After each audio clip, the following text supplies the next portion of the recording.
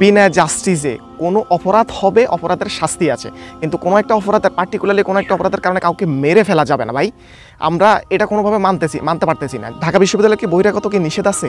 যদি ঢাকা বিশ্ববিদ্যালয়ে বহিরাগত যাওয়া যদি নিষেধ থাকে তাহলে আপনারা মেট্রো রেলে লিখে দেন, প্রত্যেকটা ওভারব্রিজে লিখে দেন যে ঢাকা বিশ্ববিদ্যালয় বহিরাগতদেরকে অ্যালাউ না। ঢাকা বিশ্ববিদ্যালয়ে গতকালে ছিনতাইকারী সন্দেহে একটা যুবককে, মাঝবয়সী একটা যুবককে মেরে ফেলা হয়েছে। এখন তার আসলে অপরাধটা কি? তাকে কেন হত্যা করা হলো? আমরা কি বুয়েটের ছাত্রলীগকে হত্যা করার সেরকম কি সাদৃশ্য আমরা মিলাইতে পারতেছি? বুয়েটে ছাত্রলীগের পোলাপাইনরা যখন আবরারকে মারতেছিল তখন সে পানি চেয়েছিল মারা যাওয়ার আগে, কিন্তু গতকাল যেই বহিরাগত ছেলেটা সেখানে ঢুকছে সে ভাত খেতে চেয়েছে এবং কি তাকে ভাত খেতে দেওয়া হয়েছে, উদারতা দেখানো হয়েছে, কিন্তু ভাত খাওয়ার পরে তাকে মেরে তার জীবনটা শেষ করে দেওয়া, এরকম স্বাধীনতা কি আমরা চেয়েছিলাম? না ভাই, কথা ক্লিয়ার। কথা হচ্ছে আওয়ামী লীগের ফ্যাসিস্টের আমলে আমরা গুম, খুন, হত্যা, লুণ্ঠন, রাহাজারি এগুলো থেকে বাঁচতে চেয়েছি। এগুলো থেকে বাঁচার জন্যই আমরা এই আন্দোলন করেছি এবং হাজার হাজার মানুষ রক্ত দিয়েছে।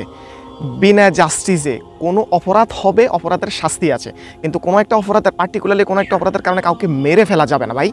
আমরা এটা কোনোভাবে মানতে পারতেছি না যে ছাত্রলীগের এই কাজগুলো আমাদের বর্তমানে ঢাকা বিশ্ববিদ্যালয়ের রেস্টুরেন্টের মধ্যে এটা আমরা দেখবো কল্পনার বাইরে। ছাত্রলীগ এখন নাই, তবে যারা মারছে তাদের মধ্যে কোনো ছাত্রলীগ আছে কিনা বা ছাত্রলীগের কোনো পোলাপাইনের দ্বারা এই হত্যাটা আবার নতুন করে সংগঠিত হয়েছে কিনা এটা আমাদেরকে যাচাই করে দেখতে হবে। ঢাকা বিশ্ববিদ্যালয়ে কি বহিরাগত কি নিষেধ আছে? যদি ঢাকা বিশ্ববিদ্যালয়ে বহিরাগত যাওয়া যদি নিষেধ থাকে তাহলে আপনারা মেট্রো রেলে লিখে দেন, প্রত্যেকটা ওভারব্রিজে লিখে দেন যে ঢাকা বিশ্ববিদ্যালয় বহিরাগতদেরকে অ্যালাউ না, বহিরাগতরা সেখানে ঢুকতে পারবে না, তাহলে লিখে দেন। যদি বহিরাগত কেউ ঢুকলে চোর, ছিনতাইকারী স্বাভাবিক ঢুকতেই পারে, কারণ মানুষ অল্প দুঃখে, অল্প কষ্টে কেউ চুরি করতে যায় না।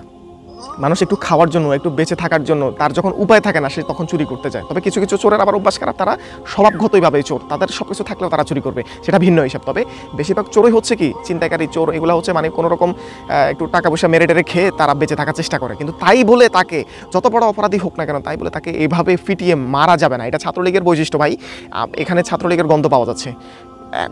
যারা উদ্বোধন কর্তৃপক্ষ আছে তাদেরকে বলবো এটা তদন্ত করেন, তদন্ত করে সঠিক বিচার করেন। আর ঢাকা বিশ্ববিদ্যালয়ে কি বহিরাগত নিষেধ আছে কিনা সেটা মেট্রো রেলে লিখে দেন, তারপর হচ্ছে ফুটওভার ব্রিজে লিখে দেন, ফ্লাইওভারে লিখে দেন, এক্সপ্রেসওয়েতে লিখে দেন। আমরা জানতে চাই ঢাকা বিশ্ববিদ্যালয়ে বহিরাগত কেউ মানে কি ঢুকতে পারবে না এমন একটা সংবাদ আমরা জানতে চাই।